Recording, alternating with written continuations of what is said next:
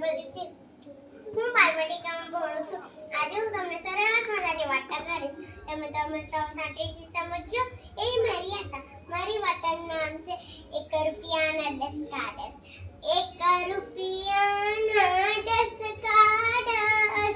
1 રૂપિયાના 10 કાગળ ખિસ્સામાં ખખડીને પડે મારો વટ ખિસ્સામાં ખખડીને પડે મારો વટ 1 રૂપિયાના 10 કાગળ 1 રૂપિયાના 10 કાગળ એક દસકો મેં ભાભીને આપ્યો એક દસકો મેં ભાભીને આપ્યો કાગળ લખો ભાઈ આવે ઘરે જટ કાગળ લખો ભાઈ આવે ઘરે જટ 1 રૂપિયાના 10 કાગળ